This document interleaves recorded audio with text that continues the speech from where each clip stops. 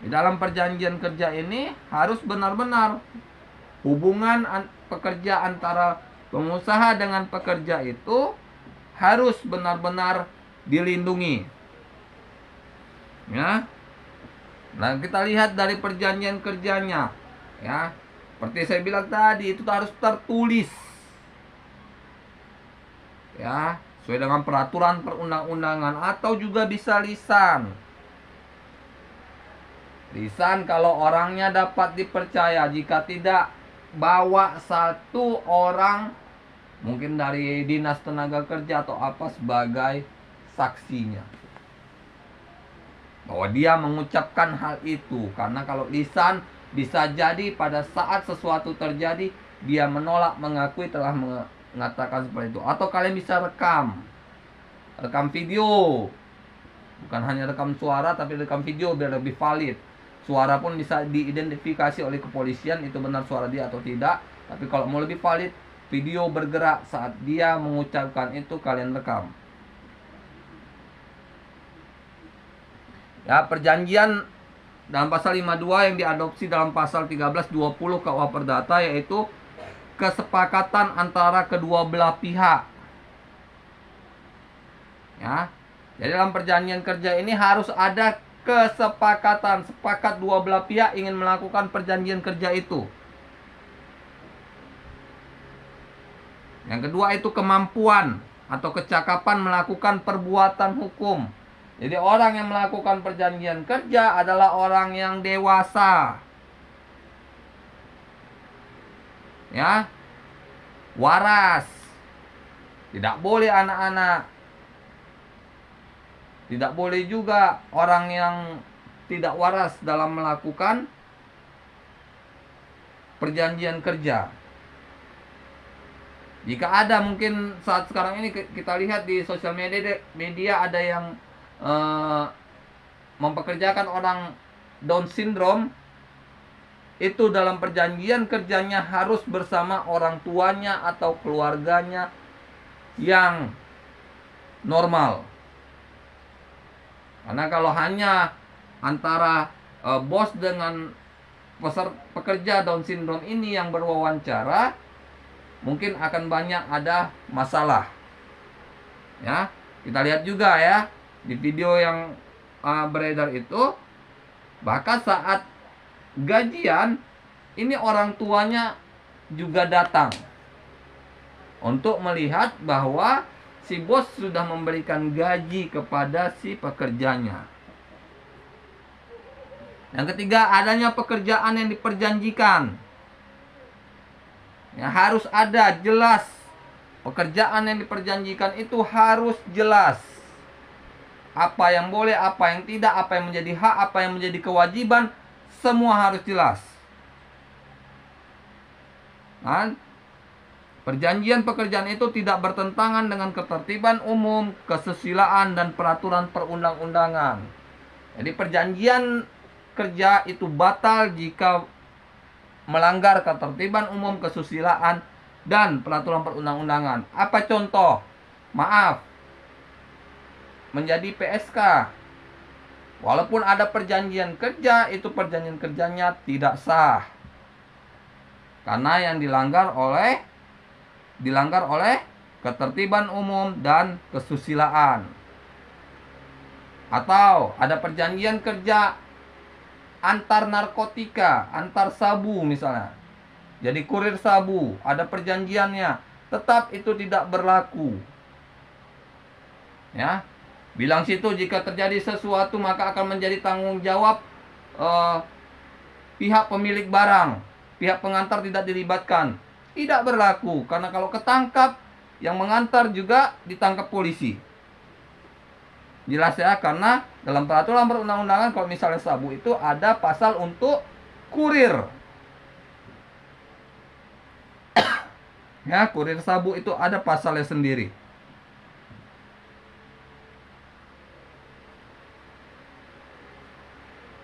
Syarat perjanjian kerja tertulis. Yang pertama, memuat nama, alamat perusahaan, dan jenis perusahaan. Yang kedua, memuat nama, jenis kelamin, umur, dan alamat pekerja. Yang ketiga, membuat jabatan dan jenis pekerjaan. Yang keempat, tempat pekerjaan. Yang kelima, besarnya upah dan cara pembayaran. Yang keenam, hak dan kewajiban pengusaha dan pekerja. Yang ketujuh, mulai dan jangka waktu berlakunya perjanjian kerja. Kedelapan, tempat dan tanggal perjanjian kerja dibuat. Yang kesembilan, tanda tangan para pihak dalam perjanjian kerja. Perjanjian kerja ini harus dibuat 2 rangkap yang disimpan oleh pemberi pekerja dan penerima pekerja. Ya, lihat semua yang saya bilang tadi bahwa sudah sesuai, baru tanda tangan. Jika tidak sesuai, jangan tanda tangan. Macam perjanjian kerja. Yang pertama, perjanjian kerja waktu tertentu. Apa itu perjanjian kerja yang jelas waktunya atau ada kontrak kerjanya? Ya. Selesainya perjanjian kerja itu jika pekerjaan dalam kontrak itu selesai. Itu waktu tertentu.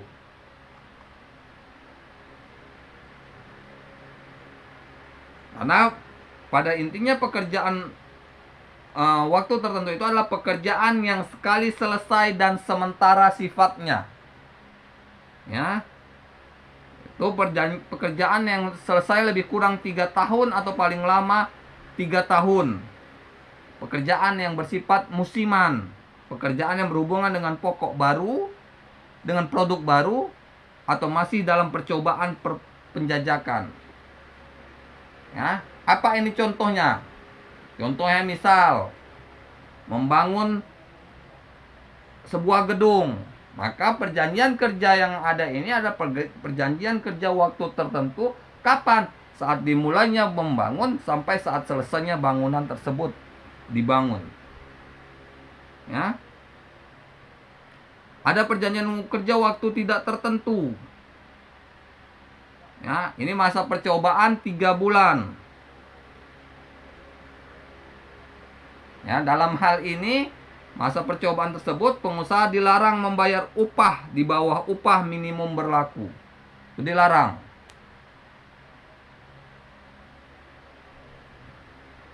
Ya. Ini tidak ada waktunya. Jadi perjanjian waktu tidak tertentu ini kapan ada pekerjaan baru dia dipanggil. Jika tidak ada pekerjaan dia tidak dipanggil. Berakhirnya perjanjian kerja. Yang pertama, perjanjian kerja berakhir apabila pekerja meninggal dunia. Yang kedua, berakhirnya jangka waktu perjanjian kerja. Yang ketiga, ada putusan pengadilan dan putusan dari lembaga perlindungan pekerja yang berkekuatan hukum tetap. Yang keempat, adanya keadaan atau kejadian tertentu yang dicantumkan di dalam perjanjian kerja. Ya.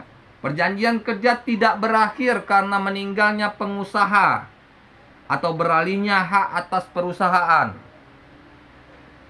Bila ada pengalihan perusahaan, hak-hak pekerja menjadi tanggung jawab pengusaha baru kecuali ditemukan lain. Jadi kalau ada pergantian pimpinan, maka pekerja tidak boleh menjadi korban. Harus tetap bekerja sesuai dengan kontrak kerja yang ada, sesuai dengan perjanjian kerja yang disepakati. Ya. Masalah pengusaha baru tidak mau mempekerjakan dia, maka lakukan pemutusan dengan sebaik-baiknya sesuai dengan peraturan perundang-undangan.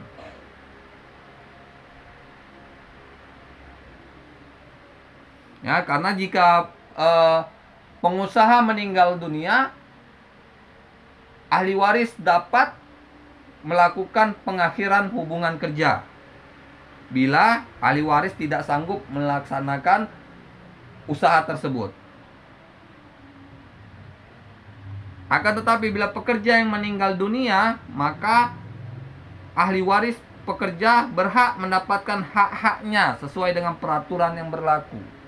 Ya, jadi para pengusaha ini jangan pula kesempatan pekerjanya meninggal dunia dia diam. Tidak, hak-hak yang berkait dengan pekerjanya, baik itu gaji, bonus, segala macam, dan itu tunjangan saat meninggal saat kerja, ini berikan kepada ahli warisnya, istrinya, anaknya, atau siapapun yang ada hubungan waris dengan dia yang dibuktikan dengan keputusan pengadilan atau pemerintah setempat.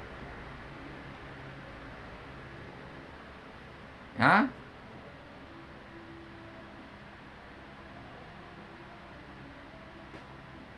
Ya, perjanjian kerja sepihak. Maksudnya maaf, pengakhiran hubungan kerja sepihak sebelum waktu perjanjian berakhir. Ya. Jadi pihak yang mengakhiri perjanjian tersebut harus membayar ganti rugi sesuai dengan kesepakatan yang telah disepakati.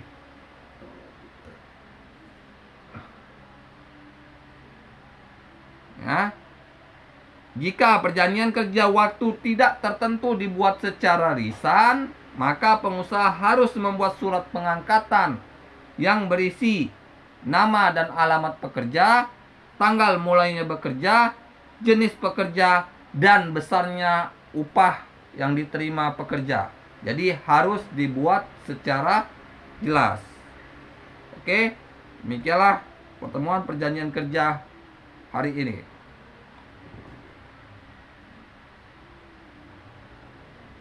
Kita ketemu lagi di pertemuan yang akan datang. Assalamualaikum warahmatullahi wabarakatuh.